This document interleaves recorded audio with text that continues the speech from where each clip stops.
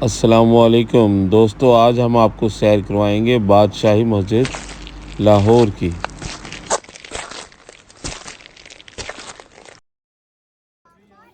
دوستو، یہ بادشاہی مسجد کے باہر حضوری باغ کا ایریا ہے، جس کے ایک جانب شاہی قلعہ، درمیان میں رنجیت سنگھ کی بارادری اور دوسری طرف یہ بادشاہی مسجد واقع ہے۔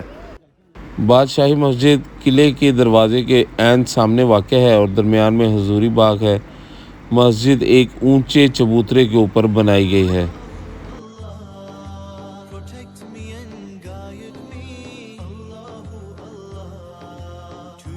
مسجد کی سیڑھیوں کے ساتھ ہی علامہ اقبال کا مزار ایک جانب واقع ہے تو دوسری طرف پاکستان کے پہلے صدر سردار سکندر مرزا کی قبر بھی موجود ہے۔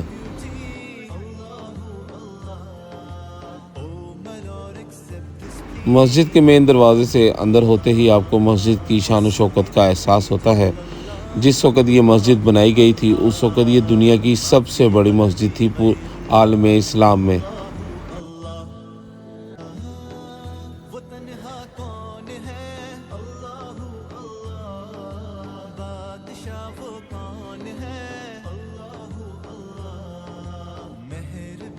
تو چلیے دوستو، مسجد کے اندر چلتے ہیں اور مسجد کی شاندار عمارت کا نظارہ لیتے ہیں۔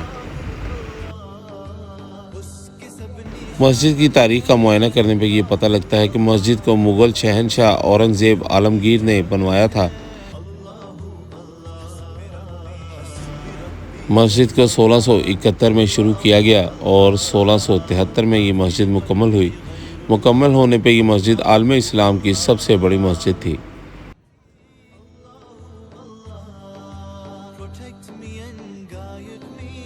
اورنگزیب عالمگیر نے یہ مسجد اپنی جنگی فتوحات کی یادگار کے طور پر تعمیر کروائی، جو کہ اس نے مراٹھا قوم کے خلاف جیتی تھی۔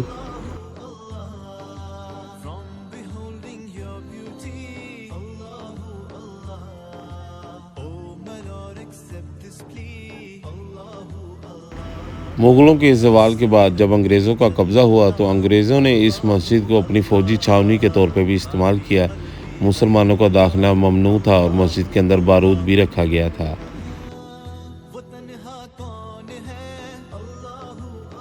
دوستو، بادشاہی مسجد نے تاریخ کے بہت سے عروج و زوال بھی دیکھے ہیں۔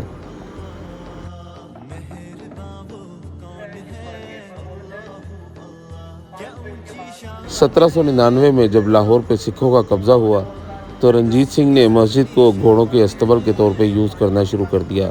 مسجد کے میدان میں گھوڑے باندھے گئے اور مسجد کی سائٹوں پہ بنی ہوئی محرابوں میں فوجیوں کو رہنے کی جگہ دے دی گئی۔ اس طرح یہ مسجد ایک دفعہ پھر مسلمانوں سے چھین لی گئی۔ 1841 میں جب انگریزوں اور سکھوں کی جنگ ہوئی تو رنجیت سنگھ کے بیٹے شیر سنگھ نے مسجد کے میناروں کے اوپر توپیں چڑھا دیں تاکہ وہ مسجد کے اندر موجود اپنے بھائی کھڑک سنگھ کی بیوہ کے اوپر بمباری کر سکے، جو وہاں انگریزوں کی پناہ میں تھی۔ اس بمباری کے نتیجے میں قلعے کے اندر سے بھی بمباری کی گئی، جس کی وجہ سے مسجد کا داخلی حال اس وقت تباہ ہو گیا تھا، جس کو بعد میں انگریزوں کے دور میں تعمیر کیا گیا تھا۔ دوستو، مسجد کو شاہی قلعے سے کنیکٹ کرنے کے لیے خفیہ سرنگ بھی مسجد کے نیچے واقع ہے، جو اب بند کر دی گئی ہے۔ دوستو، 1849 میں سکھوں سے انگریزوں نے جب لاہور کا تخت چھینا تو مسجد بھی انگریزوں کے کنٹرول میں چلی گئی اور مسجد کو پھر ایک گیریزن کے طور پہ یا فوجی چھاؤنی کے طور پہ استعمال کیا گیا۔ دوستو، انگریزوں نے مسجد کے صحن کے اطراف میں بنے ہوئے حجروں کو گرا دیا۔ ان کو ڈر تھا کہ کہیں مسلمان یا سکھ ان کے خلاف اس کو کسی بھی طرح کی بغاوت کے لیے استعمال نہ کر لیں۔ مسجد کی بناوٹ کی بات کی جائے تو اس کے اندر سفید ماربل یوز کیا گیا ہے۔ مسجد کے اندرونی ہال میں داخل ہونے کے لیے محرابی راستے بنائے گئے ہیں، جو کہ مسجد کے فرنٹ اور سائڈوں پہ دونوں طرف کھلتے ہیں۔ اور دوستو، یہ مسجد کا محراب ہے جہاں سے امامت کروائی جاتی ہے۔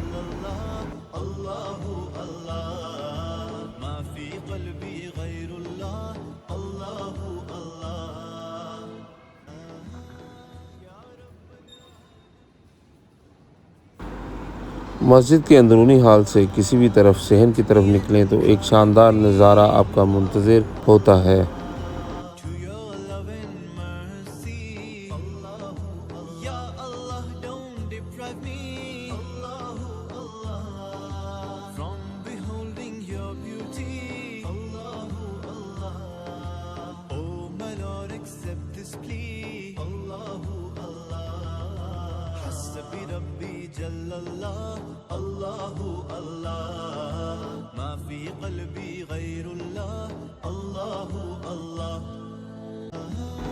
مسجد کے بنیادی طور پر 8 مینار ہیں، جن میں 4 مینار بڑے جو کہ دور سے واضح نظر آتے ہیں اور 4 مینار مسجد کے اندرونی ہال کے ساتھ 3 گنبدوں کے اطراف میں موجود ہیں۔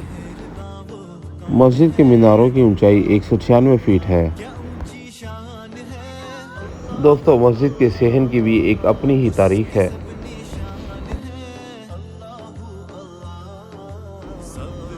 1919 میں جب جلیانوالہ باغ کا واقعہ امرتسر میں ہوا تو تمام اس وقت کے ہندو، مسلمان اور سکھ 25,000 کی تعداد میں مسجد کے اندر جمع ہو گئے اور انگریز سرکار کے خلاف احتجاج شروع کر دیا، جس کے نتیجے میں گاندھی جی نے یہاں پہ تقریر بھی کی تھی۔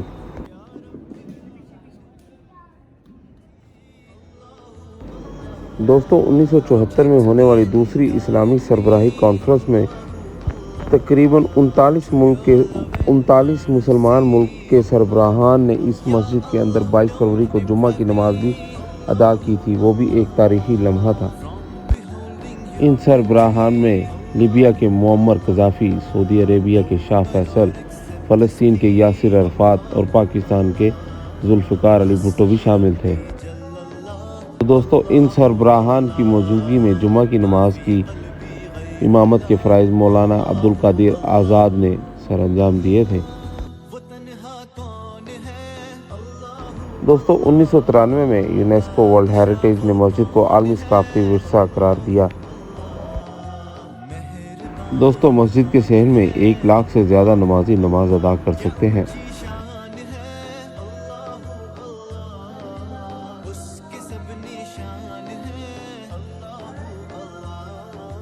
دوستو، امید ہے آپ کو بادشاہی مسجد کی یہ سیر پسند آئی ہوگی۔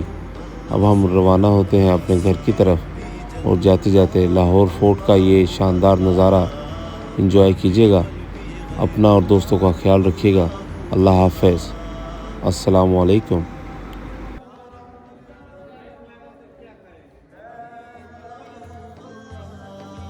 Protect me and guide me.